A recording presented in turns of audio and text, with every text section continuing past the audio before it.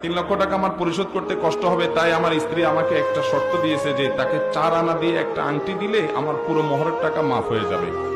দয়া করে একটু বলবেন। বাহ, বহুত ভালো বউ পাইছেন, আপনার কপাল আছে ভাই। এরকম কপালওয়ালা মানুষ তো পাওয়া কঠিন রে ভাই। আল্লাহ তাআলা কোরআনে কারিমে বলেছেন, তোমরা মেয়েদের মোহর পরিশোধ করে দেবে, তাদের প্রাপ্য অধিকার।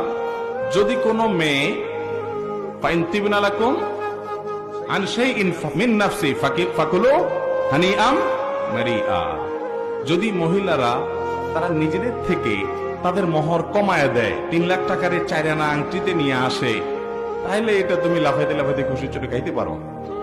অর্থাৎ এটা তুমি খুশি হয়ে খাইতে পারো। কোরআনে আল্লাহ লাফাইতে লাফাইতে বলেন না, আবার ওই তরজমা আবার বুঝেন না। মানে তোমরা সেটাকে গ্রহণ করতে পারো, খেতে পারো। তাহলে স্ত্রী যদি মোহর নিজে থেকে ডিসকাউন্ট করে দেয়, এখন থেকে যারা অনেক বেশি মোহর ধরে ফেসে গেছে তারা বউয়ের কাছে দরখাস্ত করতে পারেন।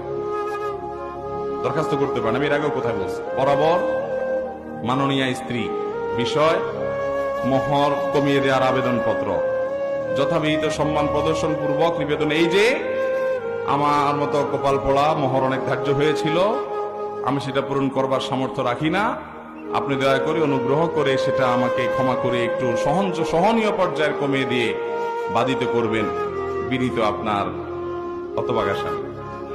দরখাস্ত লিখতে হবে এমন কোনো কথা নাই, কিন্তু স্ত্রীর পাম্পটি দিয়ে হোক, যেমনি হোক, বাইরে রেখে তার কাছে যদি আদায় কমায় নিতে পারেন। আবার কমায় নেওয়াটা বাটপারি করে কমায় নেবেন না, সিন ক্রিয়েট করে কমায় নেয়। ওই যে বাসর রাতের কথা আমি প্রায় বলি, যে বাসর রাতে যায় বলে, আরে মোহর তো অনেক দর্শে বুঝলাম, কিন্তু আমি কয়দিন পর ইটালি চলে যাব, কানাডা চলে যাব, আরে টাকাই টাকা, সব তো তোমারই, কি করবা তুমি?